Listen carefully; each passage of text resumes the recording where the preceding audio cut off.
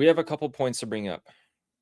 Watched a lot of United States military analysts last night before I headed out to spend some time with my fellow humans my age.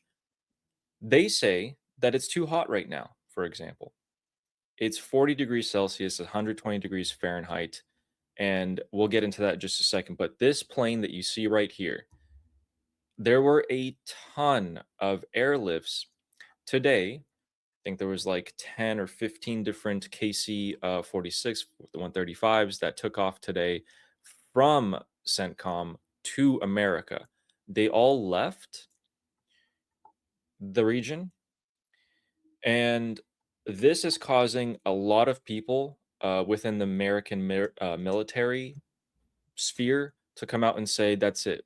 Trump tacoed. He chickened out. We're leaving. We're pulling out things of the Middle East." And the other half are saying, "You guys are idiots. These are empty. They're heading to America to pick up more supplies." These were the same planes that came from the United States over Europe and into the Middle East. They emptied everything they needed. They made some flights back to Europe, back and forth. Now they're heading back to the US. It's called rotation. It's normal. If you guys hear about the United States pulling out, this is what they're talking about. And it is not true. And here is our next reason before we get into the ground level about the troops. I'll give you all the information that I've gathered. This is an F-22. 4 different squadrons of F-22s were added in the last few weeks. We covered all of that. We now have over 100 refueling tankers in the region. Most of them that I could track are in Saudi Arabia and Israel and Jordan. These F-22s serve a specific purpose. That is to go after anti-aircraft defense. You have man pads, no problem. Take them out. You got some, surface-to-air missiles, take them out with the F-22s. They're stealthy enough. They're fast enough. This is what they specialize in. The American forces bringing in multiple squadrons of these doesn't mean that the Americans are arrogant and they think we had aerial supremacy, we can just achieve it again. That's not how our military works. We go for the kill as soon as possible. We destroy everything that could possibly be a threat to our troops, and we do it with overwhelming force. That has been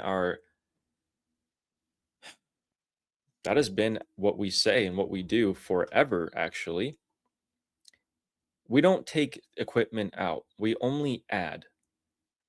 So now, when the USS George Washington is set to arrive in actually just a matter of days, we'll show you guys what that looks like as well.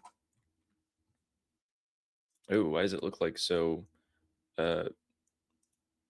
pixely? Let's grab this one instead. All right. So the USS George Washington, that's a big boy. It's coming in to replace the USS Abraham Lincoln. If you wanted to look at the flight decks, we have the USS George Washington that's going to come in. We have the Bush. Then we have the Boxer. The Boxer is an aircraft carrier, but it's also meant to deploy troops amphibiously. It has a runway on it and everything. You have hundreds. Correct. So you have hundreds and hundreds of fighter jets. You have 2 aircraft carriers. And for a period of time, I don't see the USS Abraham Lincoln leaving at the moment. There might be a short period of time where there's 3 aircraft carriers: Lincoln, Bush, and this Washington that's about to arrive. I'm just saying. Joshua just said my brother is on the USS George Washington. Hey, tell him we say thanks. Thanks, Joshua. Thank you for his So, service. guys, Thank him on yeah. our behalf for his service. And Ali, they're I don't joined with know their if the strike USS groups. Abraham. I don't know if USS Abraham Lincoln people are ready to fight. They need to. Those boys and girls need to go home. They've been stuck there for a while, so I don't think they're ready to get them involved. Like after being there for so long, just starting a fight while they're being involved in it. I don't think they're ready to. I think they need to go home. No, maybe I It am. could be. A lot of people are arguing that exact thing. The counter argument to that I have heard to it is that then why would they wait so long to rotate it?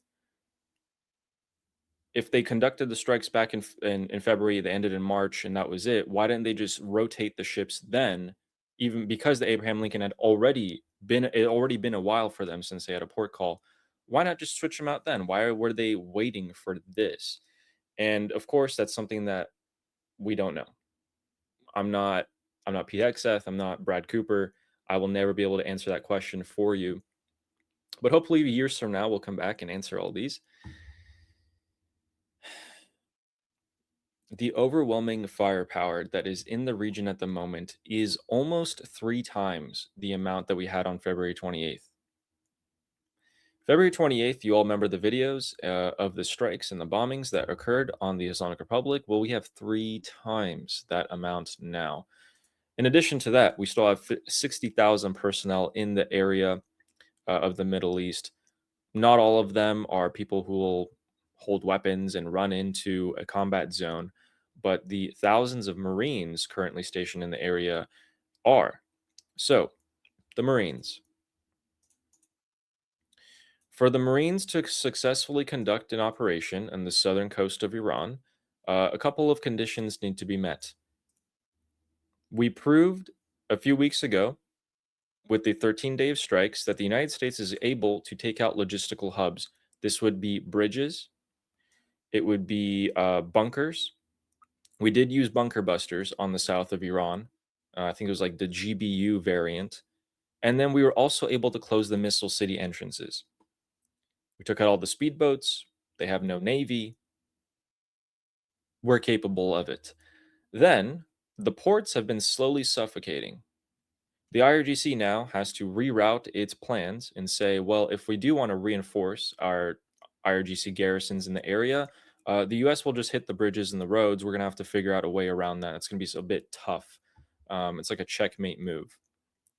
And keep in mind, if you're a American soldier, you're an American Marine, you're storming the beaches of the southern coast of Iran. It is August. It is 140 degrees down there.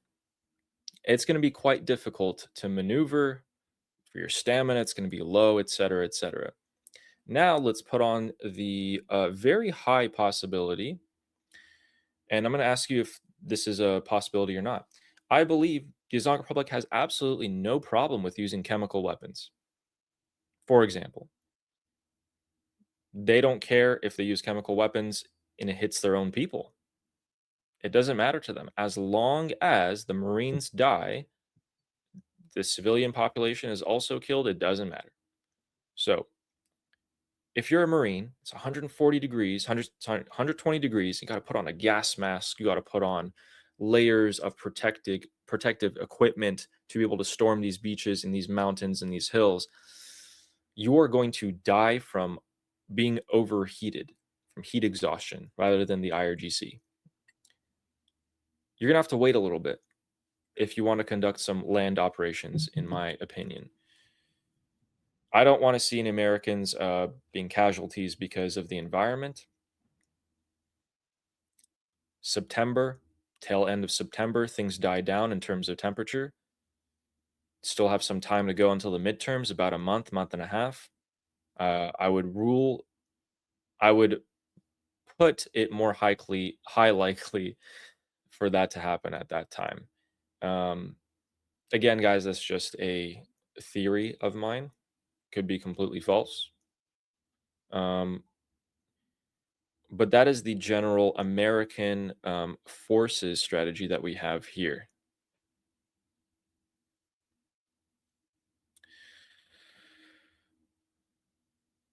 My name is Armin Navabi. I'm an Iranian political analyst with decades of experience fighting the Islamic regime inside and outside of Iran. Make sure you follow me for more, and also make sure you join our discussion group. I'm there almost every single day. Come talk to me there and the rest of the people there in our group calls. It's a great place to meet and talk to people who like talking about politics. The link is in the description and or in the bio. You could also get there by scanning the QR code on the screen. See you there.